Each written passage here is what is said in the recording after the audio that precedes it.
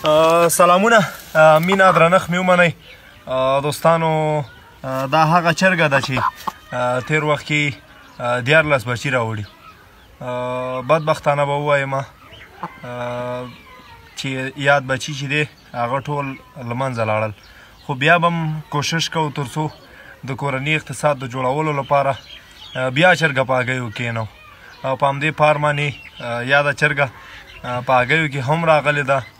غوښتل مو چې د سپرلي په رارسېدو سره چرګه په هګیو کېنو تر څو نور بچي راوړي.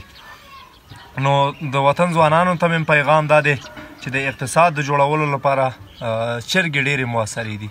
د چرګو فارمونه باید جوړ شي، لکه څنګه چې بیل ګیټس چې د دنیا میلیاردر دی هغه همدغسې د چرګو نظریه تایید کړې وه. دوستانو دا چې یا د چرګې 14 بچي راوړي او هغه ټول له منځه لاړل، خو زه وایم چې موږ ناهیلي کېږو، نو یو ځل بیا به چرګې ته هګۍ ږدو تر څو نور بچي لاسته راوړي. دوستانو یاد بچي ټول مړه شلو. زموږ په وطن کې خو د نظر تاثیر هم زیات دی چې ډېری خلک په اصطلاح یو شی نظره کوي، خو بیا به هم دې چرګې ته هګۍ ږدو تر څو نور بچي راوړي. د یو سوکاله پرمختللي او باثباته افغانستان په هیله